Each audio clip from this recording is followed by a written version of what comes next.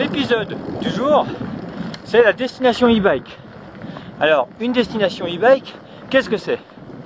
Eh bien, c'est un endroit où on peut pratiquer. Et aujourd'hui, beaucoup de territoires s'ignorent. En effet, ces e-machines risquent de provoquer une petite révolution. Pas besoin de remontée mécanique, juste besoin de petits sentiers bien sympathiques, super jolis, naturels, pour se faire plaisir avec nos machines.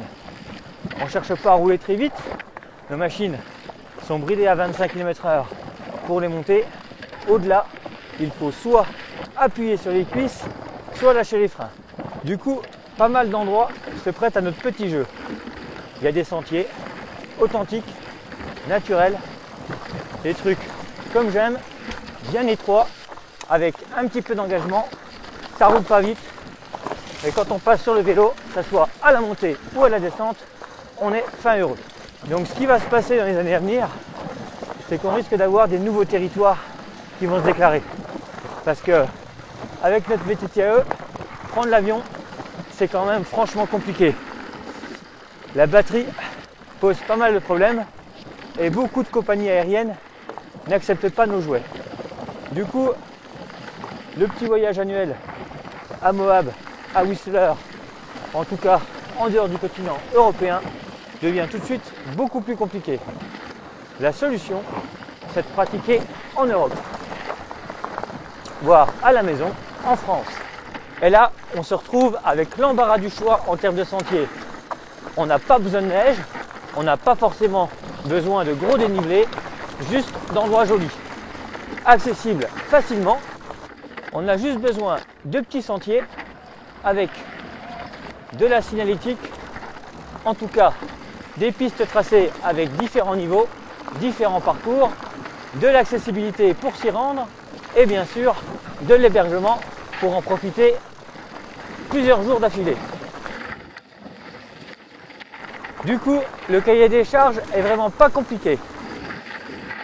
Et j'ai l'intime conviction qu'aujourd'hui, des territoires totalement délaissés vont se développer dans les 10-15 ans à venir grâce au VTTAE. Du fait qu'il n'y ait jamais rien eu pendant des années en termes de développement, le maillage de sentiers à travers forêts, champs, monts et vallées est resté authentique et offre un potentiel de dingue. Après, pour que ça se développe, il faut un minimum de communication. Car aujourd'hui, quand on a envie d'aller rouler un peu plus loin que chez soi pour découvrir de nouveaux horizons et qu'on fait une recherche sur internet, sur destination e-bike, sentiers, parcours, c'est très compliqué. On ne trouve rien. C'est la misère. Donc vivement qu'on trouve des pages dédiées aux itinéraires, parcours et destinations e-bike, car vu le nombre de VTTAE qui roulent, il va commencer à y avoir de la demande, donc ce serait bien que les territoires nous proposent de les découvrir. Bon, perso, en termes de sentiers, ce que j'aime, c'est l'ultra technique, bien montagnard, bien engagé. Bon, j'aime tout, mais si je veux vous en présenter un, celui-ci, je le parcours depuis plus de 25 ans régulièrement et il n'a pas changé. Et ça, c'est vraiment bon. Pas un coup de pelleteuse, façonné par les bêtes, il n'y a pas mieux. L'une des principales particularités du VTTAE de montagne, c'est de pouvoir aller chercher les meilleurs spots, les plus jolis sentiers d'un domaine.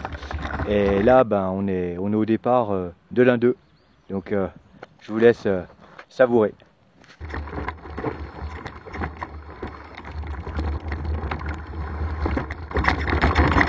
Voilà, hein. C'est ultra joliment technique.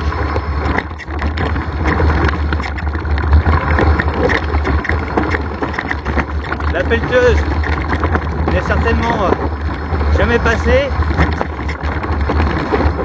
façonnée par les vaches, les chèvres, les bergers, les cow-boys locaux pour rejoindre leur alpage. Et perso, celui-ci, j'ai fait mes premiers passages qui avaient été tout rigides l'été 1991. Et ce qui est génial, c'est que 26 ans plus tard, il n'a pas bougé. Un petit peu d'érosion avec les pluies. Mais sinon,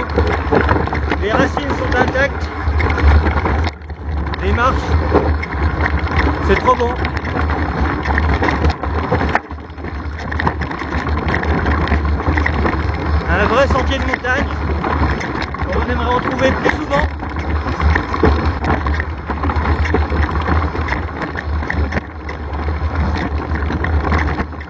Et le genre de sentier qui sera nécessaire dans le futur pour faire d'une destination VTTAE un pur spot.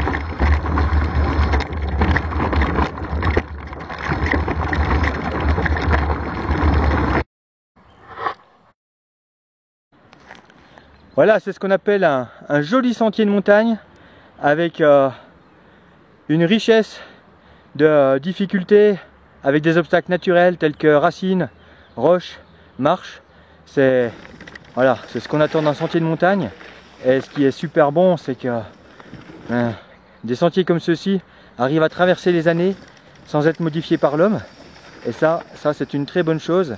La destination idéale se doit d'avoir des sentiers purs, authentiques, ultra naturels. C'est primordial pour faire d'une destination une belle destination VTTAE. On ne peut pas imaginer aujourd'hui une station de ski sans champ de poudreuse, même si c'est pas vraiment autorisé, ça draine quand même beaucoup de monde, c'est un gros attrait. Les travails des pistes sont primordiaux en termes de sécurité pour limiter le danger, mais c'est vraiment ce qui fait aujourd'hui, je pense, l'attrait de la montagne, comme les dépôts hélicos. Donc il faut vraiment garder ce type de sentier pour que le VTTAE puisse se développer en montagne et satisfaire tous les niveaux, de la piste verte pour le débutant jusqu'à la noire foncée pour le passionné. Voilà.